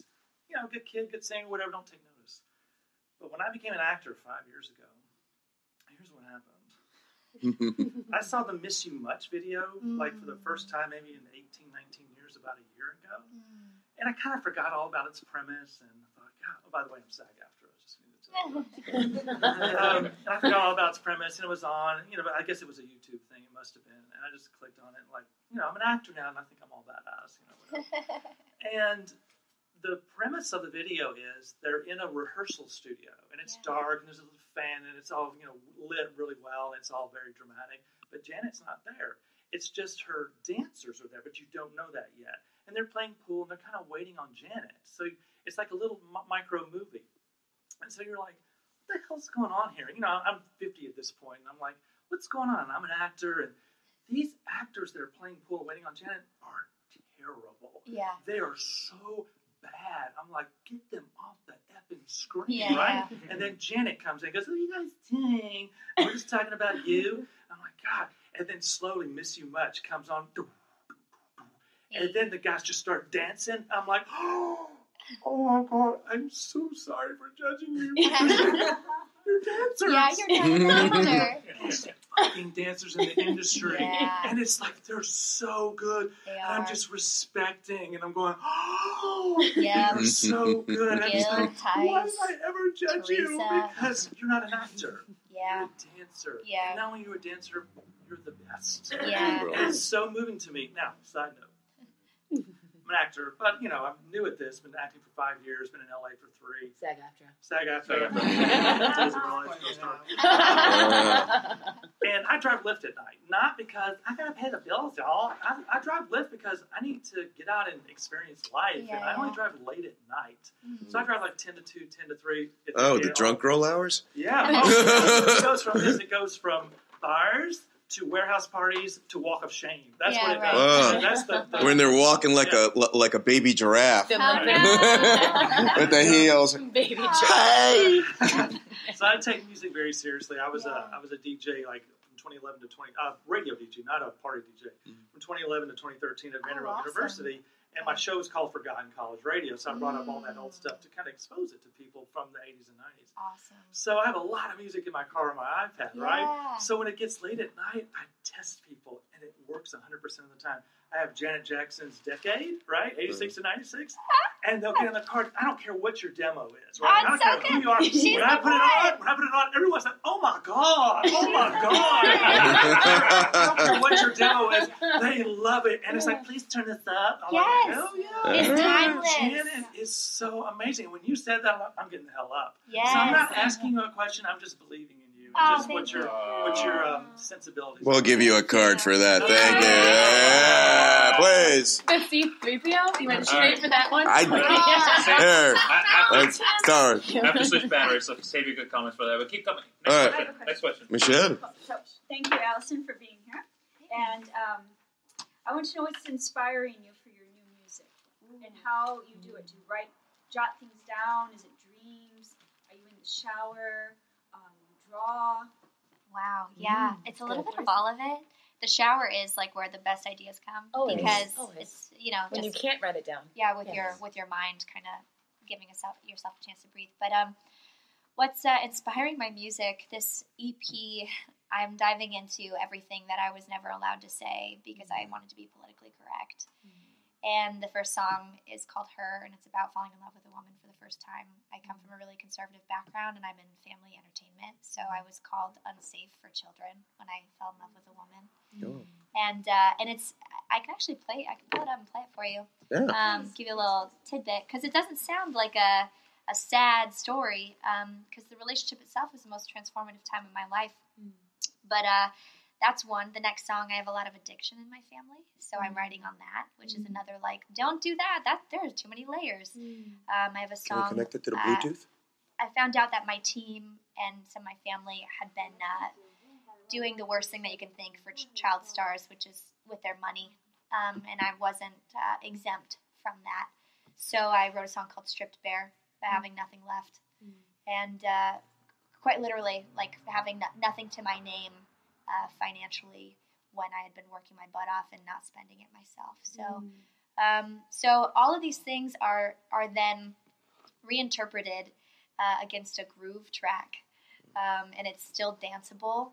And for me, it's about isolating the most simple way of saying it so the most people can relate. But I think melody is key, and that's why I love Janet so much. Jimmy Jam, Terry Lewis, Quincy Jones, people who worked on her projects and helped build her sound. It's okay, we've been playing footsie for a while. My bad. She's like, I wasn't judging. It's my favorite part of the podcast. But they have a musicality, and I keep saying percussive, because it's one of my favorite words. Because the rhythm and the groove is everything. That's the spine of the track for me as a dancer. So if you can find the melody that rides the rhythm and the drum the right way, Then your words come. Yeah, words are the slowest. Other times I write a lot of songs, words first, no melody, no music. So it's really just poetry.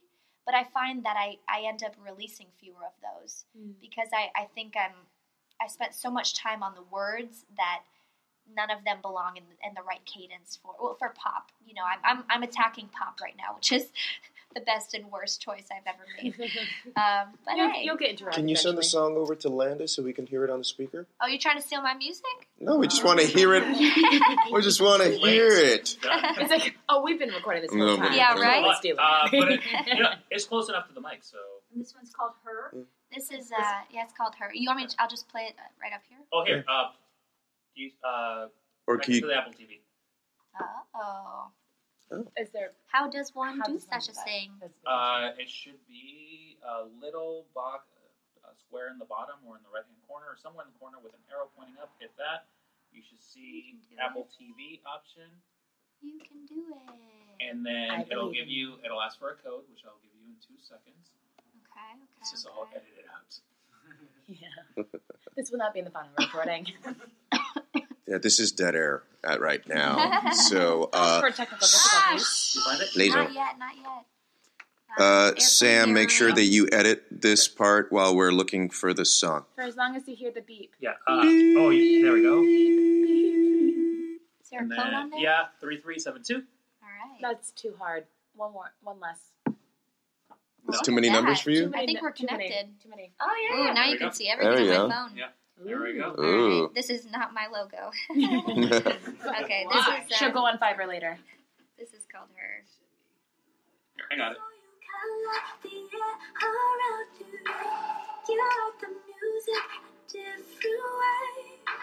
You have no boundaries, they bend to your food. I'm not gonna say whatever you say, I'll follow. Say the next day, falling like that. Doesn't make sense, never done this, but I don't wanna hear no strangers touching me right, talking in just the way I like it. I can't help it. Oh, thank you for fucking up my life. That's a bop. Yeah. Like, I'm already dancing that. Like, what? The video coming out. Right? I can show you the cut of it, actually. Oh, really? Yeah. I actually could. We have the technology. Yeah, right? We're about to show the cut of the video. When you come to these events live, you'll be able to take a look at that. See? Incentive. Maybe you should come to the live events, suckers. Yeah. So that's that one. Yeah. Yay! Thank you. So it's little things like that. For example, a line in there, it says, a new kind of sacred.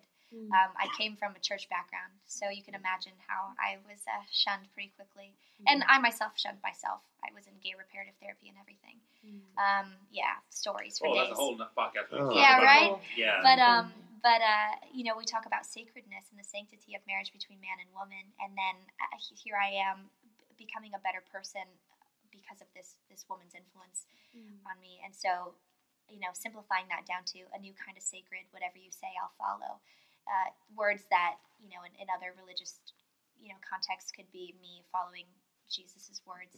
And it's not to blaspheme, it's not to be sacrilegious, but it's just to show the mirroring and the parallel of like, what does it mean when my life is producing this beautiful result and I'm becoming more loving, yet you are the antithesis of what I was taught to believe love is.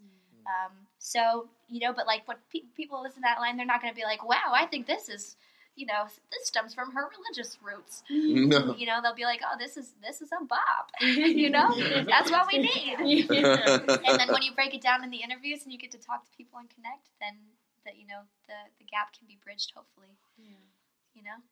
That's cool. Yeah. You have 2 tattoos, healing and fight, right? Yeah. How did you see that? Do you see that? No, I was stalking you. Oh, okay. Yeah. No, I saw you get them. I was doing my due diligence on the video. Oh, right. Yes, I was there.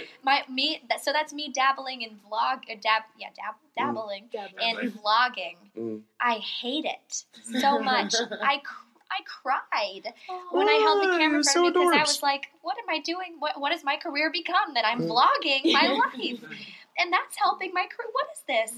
But I made some attempts, and I did get these tattoos. This represents my life right now. I spent my the first 20 plus years healing, trying to figure out what the hell's going on with this career, who I am, and now I'm in fight mode. And so I have these as reminders that if we here read left to right, you always lead with the most whole manner. So I'm not operating out of a sense of I'm not fighting because I'm reckless. I'm not fighting to create harm and destruction on myself or others. But I can be as sound as possible, and then, but I'm not afraid to stand up for what I believe in. I've just always been way too nice. So this fight is like good for you. Every time I hug someone, I get to see him and be like, and slowly choke them out. UFC. Very slowly. How about that guy up there, the one in the blue shirt? Yeah, that dude. The one that's like turning away, Alex. Yeah, I called your name. I called you by name now. Yeah. All right, step up to the mic. I also saw you earlier. She actually has a question. Oh, we'll go. I think he looks like he's going to pull something out of his ass. We'll have 2. We got time for 2. Well, I have to leave soon, but I just wanted to thank you for sharing that with us. That's deep and intense. So thank you. But my question is more like for parents, because nowadays everybody puts their kids on social media, and they don't authorize it, their kids. Yeah. What advice would you give them? Wow, it's deep, and as a parent, that's a good question. As a parent, I don't I refuse to. You have little ones in the entertainment industry? Yeah. Oh no. I mean, but in the future maybe, but I am in the entertainment industry. I was in television development for a while, but I'm at that crossroad that you are, and most of us are. That I'm just like, fuck this. Yeah. Like I've seen it from the other side, from watching you guys try to go into castings and things, and I'm like, I'm taking a break right now. But hearing your story about the kids part of it, it's like, it's terrifying to hear someone like you talk about it, and I don't know. Yeah, what's my advice for any of them? Honestly, I think it's really, really dangerous right now. In the dance community especially, there are so many, if you're ever on Instagram scrolling and these viral dance videos come up, and they're all from this, like, one of 3 really popular dance studios out here. Great for them to build their business, but what's really happening is that instead of teaching kids, we're now spending most of the time just learning the dance as fast as we can, doing, a few popular moves, being filmed and having it released and judged by the world. And you're building your following on such a gimmicky platform. And so I think there's a lack of education, and there's a lot of flaunting with no credibility or craftsmanship. But I think that the biggest danger is the psychology of it for the kids. And everybody's so nice on the internet, too, when they leave comments, Always. right? They never say anything. No, nobody ever says anything mean over the internet. No. Because no one's hurting, so they don't have to share it that way. The comments, and these kids will read it one day. Well, I can talk as a please. Give me a mic. Give me a mic. Give me a big. Well, as a father of a 2-year-old, my wife and I had a big conversation because the first thing my manager said is like, "Oh, because my baby's super cute." Like I'm telling you, like a Gerber baby. She is. She's not my child, so I can say. My whole stand-up is on how I wish I was single because this baby gets me so many women. It's ridiculous. But the first thing my manager, when he met her, he's like, "Oh, so when are we?" I'm like, "No, because when my wife and I talk, it's like we live in an age where she doesn't have a choice. So the baby pictures you see are the ones that either by accident we forget because their entire lives are online, and then suddenly they're 13. It's like, why the fuck am I naked here? Where all these embarrassing pictures where when we're kids, were our first significant other comes and visit, and we're like, don't show that. Mom breaks out the album, and it's like, here he is naked in the bathtub. Now that's public. So as a it's a safety thing too. Yeah. But as a father, and my wife also got into it because she's seen the kind of money that I make. And she's like, and as soon as she got into the hype of like, oh, we have a cute baby, but it's just for when she's young. And I'm like, no, hell no. Because of that. Because I work with this. Actually, my little brother was going to be one of you in Cheaper by the Dozen. Oh, yeah. He got beat out by some Jacob other little Smith, some other little kid. Like Woodruff. Yeah.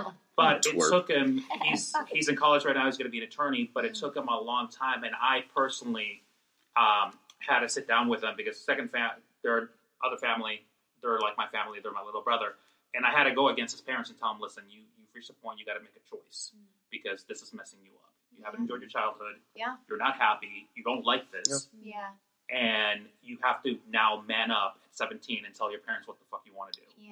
And I had to sit with them like we were having the gay conversation with his very, very Southern parents. I'm why are you here? Your son's going to talk. We're going to sit here. And I'm just going to listen. My opinion as a father is fuck no. Fuck no. I mean, I'd have to back that knowing how much money I've spent on trying to make myself whole again. But I think, what my parents didn't push me. My mother used to tell us, if you wanted to be a pilot, I'd put you in aviation school. So if you like performing, I'm nurturing your passion.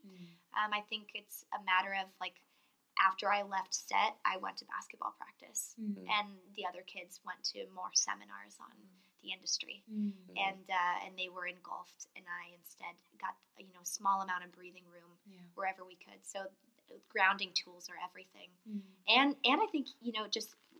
Everyone's evolving, so the kids are capable of having conversations a little bit earlier about let's talk about how the internet is not real life, and this is, it's a high concept, but if you introduce it early, then they can start catching on. And everybody puts the best face on the internet. Oh my god, highlight reel! It's our highlight reel. It's like the first date over and over and over again on the internet. Oh my gosh, and it's so predictable too. If I see one more picture of somebody petting a tiger, I swear to God. Excuse me. Is that often? Sorry. It's just like they're all over, or petting a panda. I'm just like, I don't think I've seen any of those. What? Maybe that was just my Bumble. I don't know. Maybe that was just my Bumble. It's a bunch of girls. Is this an AOL account? Yeah, don't worry about it. I'm swiping left on those ladies. All right, so one more question. So if you're done. Oh, we got another. Thank you so much. It was my question? Oh, here, choose. Take your choice. Hell Pick yeah, one. you could sell that shit. C-3PO right there. I'll take the She's coin. like JK. Bye, guys. All right, I don't want to see that on eBay. For $2. $2.50. No, I'll get in trouble. So I'll slide up to the mic over Yeah, here. there we go. Yeah. Sierra. All right, thank you. That's fair. So first, I just want to say thank you so much for all the wisdom that you shared. I'm definitely somebody who needs to hear that, going through kind of the same things, trying to find new representation as well. One of the things that you did bring up was talking about dancing and working at Millennium Complex. I admit I am one of those people who watch those videos. Yeah, totally. I don't comment, but I do see that a lot of them are starting to go on tours and, you know, being backup dancers, things like that. Yeah. Do they come up to you and ask you for advice when you do show up there? Because I have seen you in a couple of videos. So, or do they kind of see like, oh, she's one of those dancers. Okay, bye. I'm washed up to a lot of them. What? I'm considered older gen there. Oh, wow. Because I started. You're 24. I know. I know. Like 8. Yeah. The kids are like 8 to 15. But, you know, Demi Lovato's new choreographer, Jojo Gomez, started teaching at Millennium, and her videos were going viral, and, you know, the connections were made, and her YouTube channel proved that she could do it, and now she's hiring other kids from her class, kids, adults, you know, they're young people. And what I try to do in my classes is I don't tape any of them. So it immediately shifts the atmosphere, and I say no one's going to be filmed, and I don't expect you to know anything that I teach you physically as much as I want you to retain everything we're talking about philosophically, because, you know, that's what's missing, the nurturing of the craft, and especially in dance circles. You know, you have Marty Kudelka who does Justin Timberlake. You've got Wade Robson who did Britney. You've got all these names who, in the dance community, we all know, but to, you know, the average person, they might not know. But they have so much wisdom. Galen Hooks is straddling the traditional and digital now, and she's doing a great job at it because she's making viral-friendly videos. But she is one of the most spectacular artists I've ever encountered, and people. And so that's going back to that whole theory of we can win. She is an example of someone who's like believing in what she has to offer and just pouring and giving and being so generous with her wisdom in a very smart business way that is building her brand and opening new doors for her as a creative director in, you know, award show settings and in, you know, to even greater degrees, but is also giving back to the community. And she is awakening, you know, the one in the class of 30 of the kids who really are going to have that spark and, like, are willing to put in the time and effort, you know. And I'd like to think that, like, everyone who's here is here for a reason. And that, like, if we have the spark, then we just got to keep finding the Galens everywhere and being like, how did she do it? How did she do it? Yeah. And figure out our path. Yeah. That's cool. Yeah. Come choose your prize, Sierra. CPBL. I find it funny that I'm going to get one of these, and I'm not a Star Wars fan, but I have I've friends. never seen it. It's so Did bad. I just offend you? You've never seen Star Wars? Wait. We have I was like, I did my job. Are you an American? But no. No, I get Rachel. Whoa. We're deleting this. Her advice means nothing. I asked a great question, so let's for a moment. No, we're on her right now. Hang on a second. Okay. So you started off as a Yoda, but now I don't know. No! I'm just gonna take my prize and go. Yeah. If you've not seen a Star Wars, That's the ultimate plot twist. Okay, no. where did you? How are you so well rounded without have ever seen Star Wars? But can I say I did just see the most recent one or something, like, I don't know which one. The Last Jedi? Okay. I saw it because my family wanted to see it, and I did. And the sorry, I'm going to geek out for a second, but, like, the Western and Eastern Buddhists and Christian, like, the different philosophies that are in there are just so amazing. Yes. Like, wow, this is a great story. Okay, so now maybe go back. This should be popular. Wait a minute. By the way, These should be popular, she says. you're awesome and you're a good politician. Good job. But I know what you did. I know what you did. Okay. Oh, God. Okay. My brain hurts. Have to edit this out. They're going to fire you from being Batgirl. I don't understand. What is your geek cred? Do you read comic books at all? My geek cred is more in, like, Daniel Goleman emotional intelligence. Like, Ken Wilber, Brief History of Everything. I'm more like neuroscience, Neil deGrasse Tyson geek. Okay. You can catch me watching Cosmos. If I don't actually, you can't catch me watching Cosmos because I don't have a TV and I don't have Netflix. And it's the best decision ever. How do you live? It's so great. I can't tell you how much I've changed for the better. No, you're completely right, but we're gonna have to edit this out. No. Destroy you right now. I don't know. I think you just blackballed yourself. I don't know what's That's going. okay. It won't be the first time. I'm doing just fine. I'll figure it out. There's a red dot on your forehead right now. I understand. There's a duck. I think the SAG police may come over and just whisk you away to SAG jail. No, I'm really I'm the opposite of everything you should be as a performer, and yet. So much more. I think everyone has, you play to your strengths and you make it work how it is authentic to you. Yeah. But let's be fair. You've chosen your career path and you're focusing on a singing career. So watching Netflix is not necessary for you. If I want to be in a writer's room, I gotta basically watch 30 seasons of CSI Miami. Right. So I can get that interview. So I'm forced. Does it have to be CSI Miami? Yeah. Couldn't it be the good CSI? No, it depends. If it's the showrunner from that show, I gotta watch everything that showrunner did. I so suppose. We can have a conversation. Yeah. Oh God. So that showrunner could tell you how they had to deal with David Caruso on a daily basis? Yeah. No. Basically, when you're either pitching or in a writer's room, just basically, hey, I want to be a staff writer in the show. I have to study up on everything that showrunner did. Yeah. Everything that showrunner, because I don't know what he's going to throw at me. Right. Because it could be a vindictive showrunner where and throw me a geek question about his shows, and if I don't know it, I'm out. Yeah. Or it could be my favorite meeting where we're just talking like this, and they're like, I don't need to read your material. I just like you. Right. You're in the room. Oh my God, I wish. Great. Yeah. Or I had one 2 months ago where it was for a comedy, and he's just sitting there, and because it was too, and they're just stone faced. I'm talking, and basically what they wanted, I messed up the meeting, but later I find out that they just wanted me to do a stand-up routine and see if I can make them laugh. Wow. And no one told me that.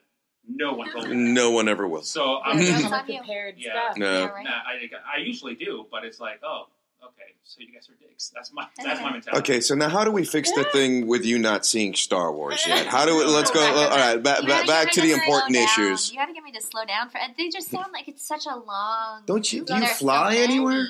She's on tour. You need to take a flight. I fall asleep before takeoff and I wake up after landing. Every time. You're one of those? In the shower, so lucky. So there's no time for watching stuff. But I will say, honestly, I truly was blown away, and I know everyone already knows this, but the newbie here is here to validate what everyone already knows, which is that story, the way that they wove everything together and what they're representing, good versus evil, the nature of light and dark, and looking at it more in an observational way instead of a judgment way. There were just so many important, cool views that are shared throughout that movie that I was like, all right, I get why this is what it is. Kylo Ren's pants that came up to here, and he was. I'd rock them. I'm just saying, you would love Yoda. You'd love Yoda. Yes, I've read quotes or gifs of Yoda. Gifs, quotes, same difference. I think we should wrap this up because Jorge's going to. I'm going to explode. She hasn't seen New Hope or Empire, but that's okay. All right, so we have two things that we do here. Usually we do this in the beginning, but we just did. To start, we usually start with an icebreaker that we're going to do at the end. Okay. So you have 60 seconds on the clock to answer his questions. Just a little getting to know you, a little getting to know you a little bit more personally. How did I get the clock?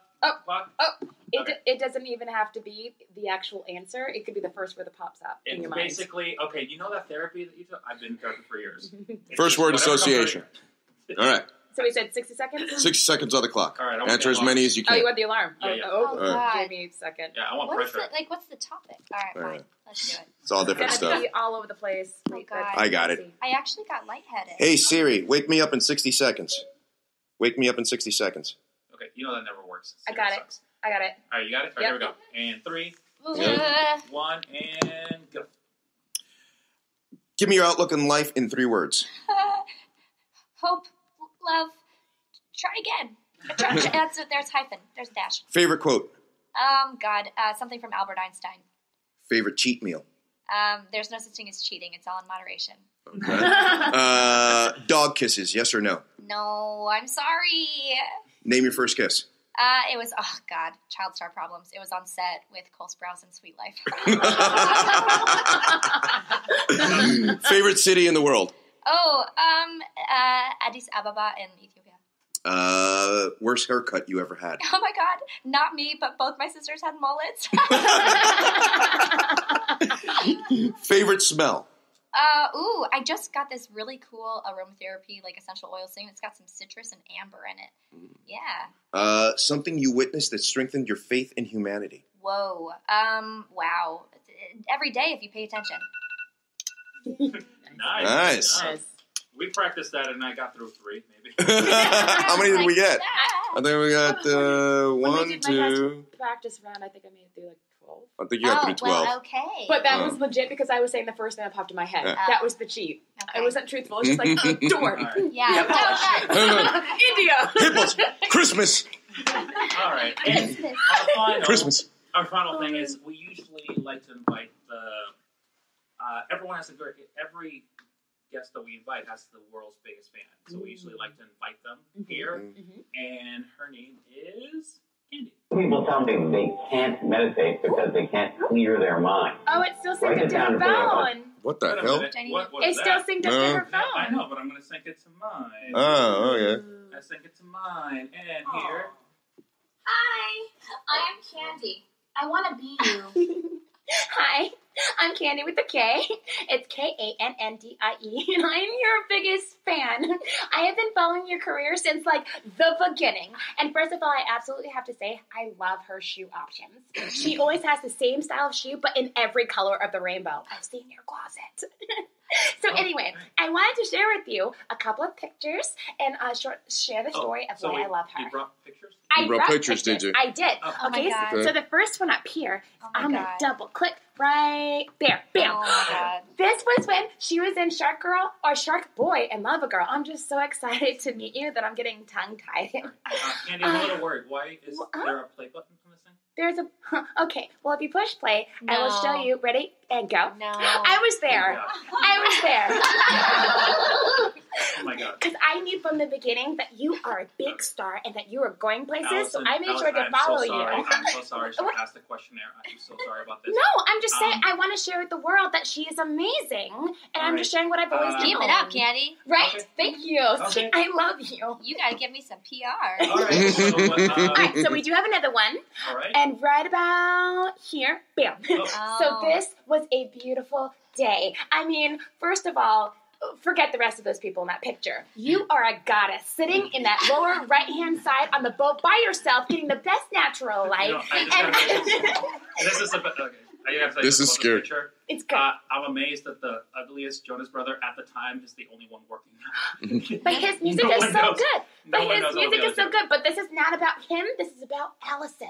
All right, Okay? Candy. But this one also has a play button. Ready? And go. Ready? Go. Bam! Okay. I made sure not to get my hair wet, though, All right, this because is you know the Yes. struggle. I do. You know the Mm. struggle. I do. But really, I was just there to make sure everybody was keeping their hands to themselves because you need to stay pure. Okay. All right, So, I'm really sorry. All right, Candy, we need to cut this. what? All right. But no, I've just got one more. All right, one last more. one. Last Love one. this. I love your tribute video to Missy Elliott because I think one of the big things that I love about you is you surround yourself with just amazing people who work hard to watch over you and protect you. Okay, Candy, But no. what? What? I'm just No. saying. No, I'm Is just that- saying everyone's got her back, including me. Ready? And go. Oh my gosh, that really happened. I was there. I was God, there, listen, watching I am you so back, sorry. This will just never making happen sure that again. you're safe at All all right, times. let's And give it's Veronica just because I back love in security. you. I love you. All right. And that was Candy. Everyone, please take her away. Bring Veronica back there. Wait, I love you. I love Listen, I'm so sorry about love that. that. I'm so sorry. I thought it was. We're really sorry about that. I apologize. We'll have to. That Is it normal? We've now had Candy escorted away by the police. that was incredibly uncomfortable. Who was that? And why did you bring somebody in when I went to the bathroom? Let's not discuss. Am I this. that easily replaceable? That's a little embarrassing. She kind of just like snuck in here. Yeah, I'm sorry. I take full responsibility. Yes. But last thing, it's where can we follow you? What's next? What can we see? Where? Buy all of my music. On Spotify. On Spotify. So Twitter, Instagram, Facebook at Alyson Stoner, ALYSONSTONER. Oh, rocket! So you got your whole name, like I did. original spelling and no underscores or anything. That's awesome. I had to fight for that. Oh wow! I didn't have it at first. It's a process, but it's possible. You bought somebody off or cut them? No, I got rid of. Was there a Thunderdome? Was there? Was there an octagon involved? No, there was some geometry. Some kind of geometric shape. Yeah. And then YouTube is the real Alyson Stoner. I haven't been able to fix that one since 13 years ago when I made it as a child. But if you just type my name in, you'll find me, hopefully. And and my music is going to be on Spotify. I have a song on there right now. And it's Someone to Call My Lover. Yeah, that's a good video. Yeah. How'd you get those back muscles, girl? Yo, traps, man. Those traps, one of the girls. reasons I was in urgent care today is because I overdid it. You got them muscles for that shoot, and then after you're like, okay, in repair. Yeah. Gotta remember to take a rest day. Yes, that's true. Got her. Yeah. You know what I'm talking about. So, goat. On that note. It's like on that really high note. All right, on that high note, let's have a big applause for our guest. Yeah. I don't think we'll ever have a guest that came directly from urgent care, so you are on. You are our MVP. I'm getting my high register back too. That's the IV talking. Yeah, that's right. Yeah. I'm plugged real well right now. Feeling great. Nice. Thank you very much, everyone. Thank you for staying there. I hope you enjoyed it, and we'll see you next time. What do you? Thank you. Woo!